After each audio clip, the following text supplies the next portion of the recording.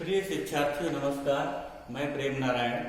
आज हम डीएलएड 2019 द्वितीय सेमेस्टर विषय हिंदी में वाक्य पढ़ेंगे कि वाक्य कहते किसे हैं और एक अच्छे वाक्य की क्या विशेषताएं होती हैं, वाक्य के क्या प्रकार हैं, इन सभी बातों की चर्चा करेंगे।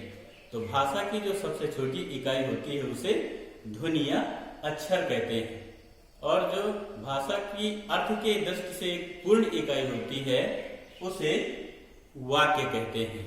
तो प्रारंभिक स्तर से ही भाषा की संरचना पर विशेष कार्य किया जाना चाहिए। छात्रों को अक्षरों, शब्दों एवं वाक्यों का अभ्यास कराया जाना बहुत ही आवश्यक होता है और वही जो है भाषा सीखने की आधारशिला भी होती है। यदि आधार अच्छा होता है तो भवन मजबूत बनता है, टिकाऊ होता है। तो वाक्य कहते किसे हैं? साधारण तौर पर माना जाता है कि दो या दो से अधिक शब्दों के सार्थक मेल को वाक्य कहते हैं। और कभी कभी ऐसा होता है कि वाक्य जब बच्चे छोटे होते हैं और वह बोल नहीं पाते और एक ही शब्द का उच्चारण करते हैं तो वह अर्थ पूरा देते हैं। जैसे बच्चा बोलता है पानी, यानी वो केवल पानी बोलता है और ये समझ लिया जाता है कि वो प्यासा है और उसे पानी की जरूरत है। तो परिस्थितियां निर्भर करती हैं कि कौन सा शब्द कब और क्या अर्थ देगा। तो सबसे पहले समझते हैं वाक्य। एक पूर्ण विचार व्यक्त करने वाला शब्द समूह वाक्य कहलाता है। यहाँ पर शब्द समूह यानी शब्दों का समूह, दो या दो से अधिक शब्द मिल करके वाक्य की रचना करते हैं, इस बात का संकेत करता है। तो वाक्य भाषा की पूर्ण इकाई है जिसमें ध्वनि, शब्द, वाक्य तीनों का समुचित संयोजन होता है। ध्वनि, शब्द, वाक्य तीनों का समुचित संयोजन होता है, तभी एक अच्छा वाक्य बनता है। तो अब देखेंगे कि एक अच्छे वाक्य की क्या विशेषताएं होती हैं, एक अच्छे वाक्य में किन किन बातों पर विशेष ध्यान दिया जाना चाहिए। तो सबसे पहला बिंदु आता है आकांक्षा। आकांक्षा का तात्पर्य होता है उत्कंठा, जानने की इच्छा या उत्कंठा। इसको संक्षेप में देख लेते हैं। वाक्य के एक पद को सुनकर दूसरे पद को जानने की स्वाभाविक उत्कंठा को ही आकांक्षा कहते हैं। यानी वाक्य में जो प्रयुक्त शब्द या पद होते हैं, कुछ शब्दों को पढ़ने के बाद यह जिज्ञासा बनी रहना चाहिए कि आखिरकार अब आगे क्या लिखा हुआ है, और यह जो विशेषता वाक्य में होती है उसी को आकांक्षा नाम से जानते हैं। जैसे पिताजी बाजार गए, यह एक शब्द है और इसमें 3 पद हैं। यानी जब पिताजी बाजार गए तो आगे जानने की इच्छा होगी आखिरकार बाजार क्यों गए, किस लिए गए, क्या लाएंगे, कब लौट करके आएंगे, आदि आदि जिज्ञासाएं उत्पन्न होती हैं। तो जब वाक्य में प्रयुक्त जो शब्द होते हैं उनसे कुछ जानने की उत्कंठा बनी रहे, उसे ही आकांक्षा कहते हैं। दूसरा है शब्द योग्यता। जब वाक्य का प्रत्येक शब्द अर्थबोधन में सहायक हो तो उसे ही योग्यता कहते हैं। यानी वाक्य में जो प्रयुक्त शब्द होते हैं वह शब्द अपना सही अर्थ भी प्रदान करते हैं, वाक्य में प्रयोग करने लायक हों। यदि वाक्य में प्रयोग करने लायक नहीं होंगे और वाक्य में जोड़ करके अर्थ का अनर्थ करेंगे तो वह भाषा गड़बड़ा जाती है और जो भाव व्यक्त होना चाहिए वह नहीं हो पाता। जैसे यहाँ पर एक उदाहरण है, किसान डंडे से खेत जोतता है। तो यहाँ पर जो डंडा है, जो डंडा का काम है मारना पीटना होता है, खेत जोतना नहीं होता। तो डंडे से खेत जोतता है, ये अर्थ का अनर्थ कर रहा है। वाक्य में प्रयुक्त होने की योग्यता इस शब्द में नहीं है। और दूसरा जब वाक्य देखते हैं, किसान हल से खेत जोतता है, तो यह जो हल है, हल का ही कार्य है खेत जोतना।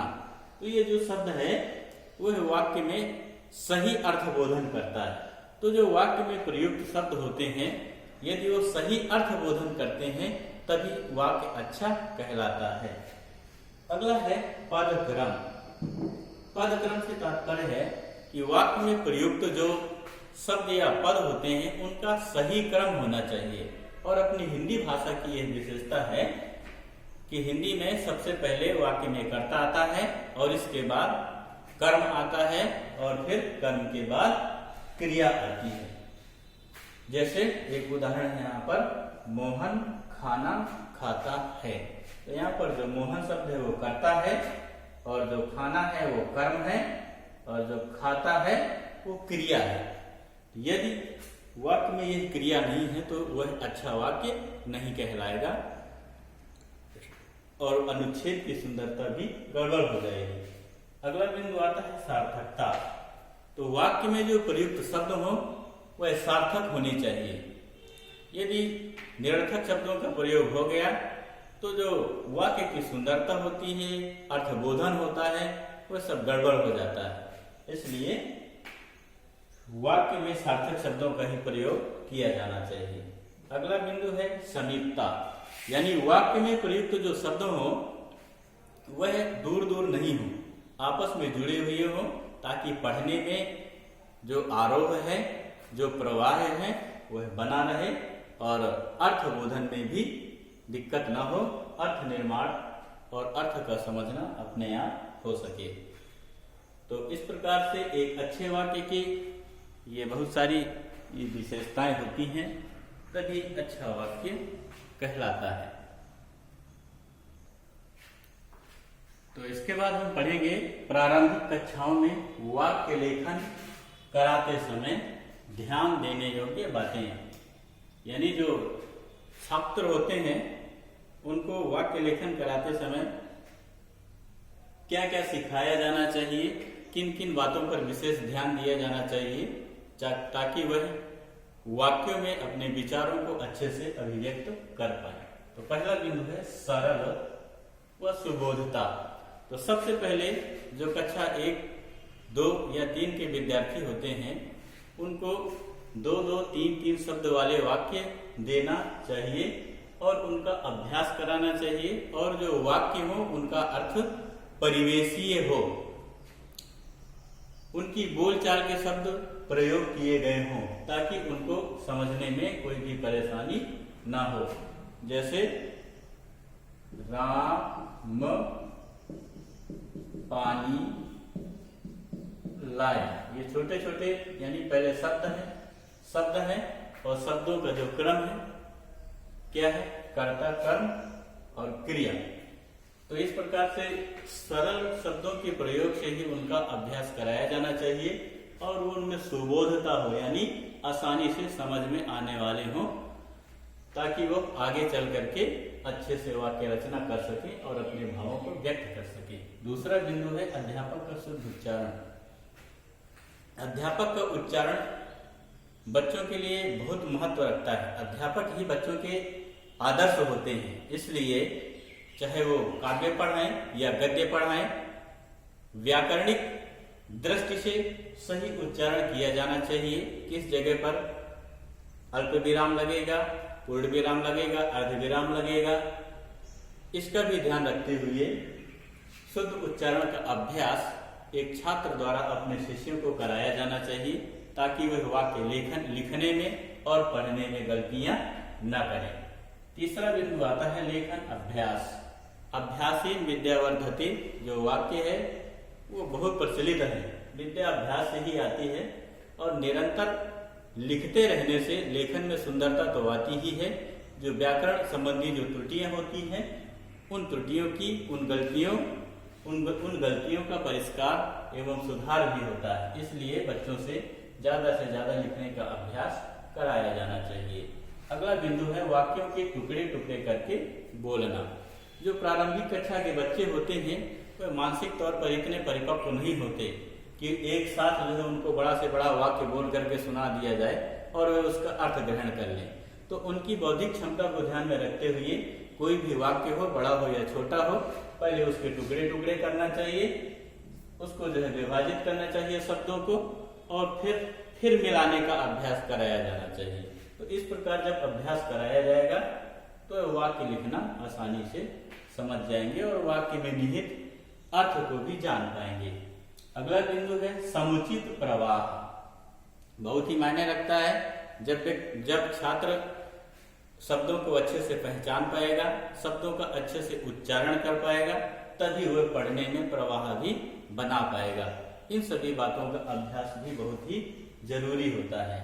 प्रवाह में ध्यान देना चाहिए एक अध्यापक को कि किस जगह रुकना है, किस जगह लय में बात करना है, कहाँ पर कौन सा तुक बनता है। यह जो प्रवाह है इस पर विशेष ध्यान दिया जाना चाहिए। अगला बिंदु है कठिन शब्दों की वर्तनी व अर्थ का अभ्यास। ऐसा होता है कि जो छोटे बच्चे होते हैं वो कठिन शब्दों को बोल नहीं पाते हैं। उन शब्दों का उच्चारण स्वयं अध्यापक को करना चाहिए और बच्चों से अनुकरण निरंतर कराते रहना चाहिए ताकि उस कठिन शब्द का सही उच्चारण छात्र कर सके। अगला बिंदु है छात्रों की पूर्व तैयारी। छात्रों की पूर्व तैयारी के बिना, यानी छात्रों को यदि पहले से ही तैयार नहीं किया जाएगा, वो घर से पढ़ करके नहीं आएंगे, उन्होंने शब्दों का ज्ञान अर्जित नहीं किया होगा, तो वो उनको लिखने और पढ़ने दोनों में असुविधा होगी। इसलिए छात्रों का अभ्यास कराना बहुत ही जरूरी होता है ताकि वह एक अच्छा वाक्य बना सके, वाक्य के द्वारा अपने भाव एवं विचारों को अभिव्यक्त कर सके, छोटे छोटे वाक्य बना करके अनुच्छेद लिखना सीख सके और अनुच्छेदों के लेखन का ज्ञान प्राप्त करने के उपरांत निबंध के रूप में अपने विचारों को व्यक्त कर सके। तो प्रिय शिक्षार्थियों, वाक्य लेखन का भाषा में बड़ा ही महत्व है। वाक्य से संबंधित चर्चाएं अगले वीडियो में फिर करेंगे। धन्यवाद, नमस्कार।